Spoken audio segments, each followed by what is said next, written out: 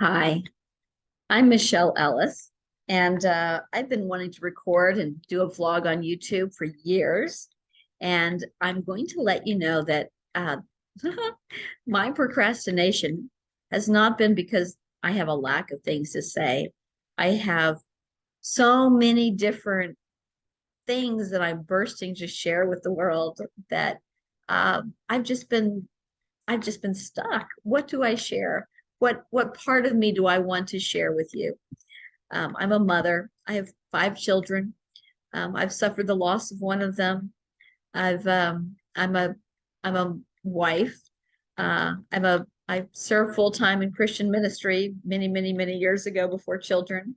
I've been a real estate agent. I've been in alternative health. I've been a real estate investor. I've met some very wealthy people, and I've worked side by side with some very, very poor people. I've been very poor, and I haven't been very rich, but I've been, more well-to-do than most of the world, many times. So, or for much of the time. So I've lived a very, I'm only 50 years old. I'm not an old lady, but I'm not a young lady either. So, the other day I was like, what do I want my legacy to be? What do I really, really want my legacy to be? And I realized this is what I want my legacy to be, what I'm about ready to do right now. And that is, I want to be someone who is remembered as a lover of Jesus Christ, someone who served him and loved him and shared him and ministered him in every situation, whether um, whether work or family or at the grocery store. And you don't have to be speaking Bible verses to minister Christ. You just have to be one with him in your spirit. So what I'd like to do is I'd like to start reading these life study messages because they have been such a blessing to me over the years. They're by a man, I don't know if it's going to come up reverse or not, but a man named Witness Lee. That was his chosen English name. He was born and raised in China.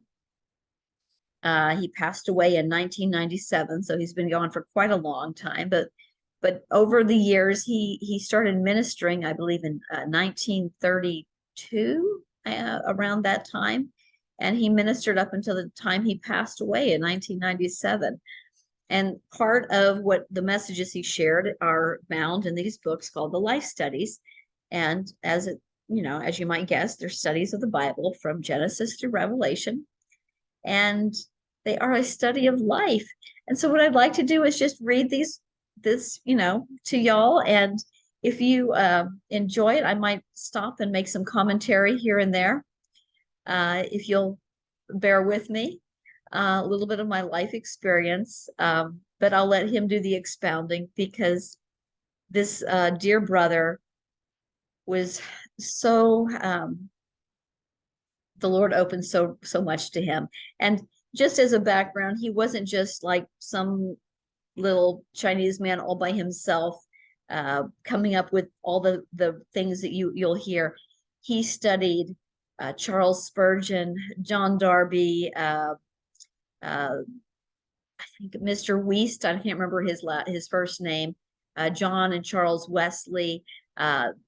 Many of the brethren, the Moravian brethren, and the English brethren, and he studied many other writings and brothers who had gone, and sisters who had gone before him. So this is not just, and he acknowledged that many times. He often would say, we're standing on the shoulders of those who have gone before us. So I'm just going to start by reading a little portion of the life study of Matthew. I have to leave in a few minutes to take my kids to school, so this is not going to be super long, but let's get into it. And just so you know, this is not boring. This is not dry. This is rich. This is life. Just like life is chaotic and messy and wonderful. These messages are not chaotic and messy and wonderful, but they are rich. They are wonderful. And just like life is always throwing you curveballs and unexpected, so is this.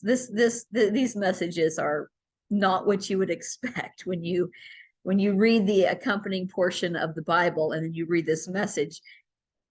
it's not what you would expect. So if you want to prepare for this message, you would read Matthew chapter 1, verses 1 through 17, which is the genealogy of Christ. And if you want to pause and go do that, you're welcome to, and you can rejoin me.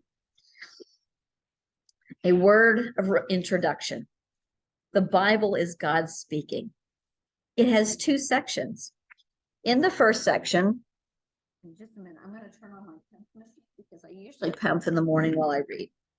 Then I get, two birds with one stone. This is my PEMF, and someday I'll make a video and talk about it because it's really awesome. Okay, the Bible is God speaking. It has two sections. In the first section, the Old Testament, God spoke by the prophets. And in the second section, the New Testament, he spoke in the Son, in the person of the Son. That's in Hebrews 1, 1 through 2. This section is composed of the four Gospels, the book of Acts, the epistles, and the book of Revelation. While he was in the flesh, the Son began to speak in the four Gospels. After his resurrection, he continued to speak as the Spirit through the apostles. See John 16, 12 through 14. And that's mostly Acts, right? Those are the apostles. Those are the epistles, right? Thus, the New Testament is just the Son speaking to us, his ministering himself as life and everything, that we may become his body, his expression, the church. Yesterday, one of my boys pulled a Bible off one of our shelves, and he opened it. And he's like, I hate these versions where Jesus's name, Jesus's words in the Gospels are red. They're called red letter Bibles. And he said, all scripture is God breathed. That's a verse. I'm sure a lot of you know that already. And profitable. Okay, so he's like, all scripture is God breathed. That's right.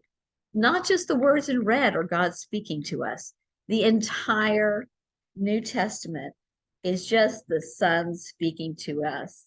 And his speaking is his ministering himself as life and everything. What is the outcome of his speaking himself as life and everything to us? It's that we may become his body, his expression, the church. The Bible is a book of life. This life is nothing less than the living person of Christ. In the Old Testament, Christ is portrayed as the coming one. In the New Testament, the one whose coming was predicted has come.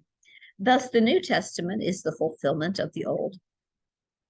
St. Augustine once said that the New Testament is contained in the Old, and the Old Testament is expressed in the New. These two testaments are actually one, revealing one person who is our life. I remember many years ago, Brother Lee passed away about almost nearly 25 years ago. I remember I was sitting in a meeting with him once, and he said, the Old Testament is like a huge, huge, intricate painting. And the New Testament is the caption below that describes what the painting is about. I've always liked that example he gave. The old opening word of the New Testament. I'm just going to read this one little portion because I've got to leave to take my kids to school. Nearly all Christians are bothered by the first page of the New Testament. It has many names that are difficult to pronounce. But this page is the first part of the New Testament.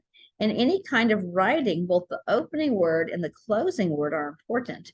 When many Christians come to the New Testament, they skip over the first part of chapter 1 of Matthew and start reading at verse 18. It seems that in their New Testament, there is no such paragraph as Matthew chapter 1, verses 1 through 17. I know I've skipped over it before, but it's important. But thank God for this rich portion of the word. This genealogy of Christ is an abstract of the whole Old Testament. It includes everything except the first 10.5 chapters of Genesis. If we would know the meaning of this genealogy, we need to know the entire Old Testament. Now, I've got to run now, but the next time I come back, I'm going to keep reading, and we are going to see why most genealogies in those days from that period and like of old only included the names of men. Okay, there were no women mentioned. But in this genealogy, there are 5 women mentioned. 5 very particular women, and there's a reason for each of them to be mentioned. Very rich, very deep. And we're going to see why there are 2 genealogies in 2 of the Gospels, and 2 of the Gospels don't have genealogies. Why is that? We'll find out in the next message. All right, I hope you enjoyed this. Y'all have a wonderful day.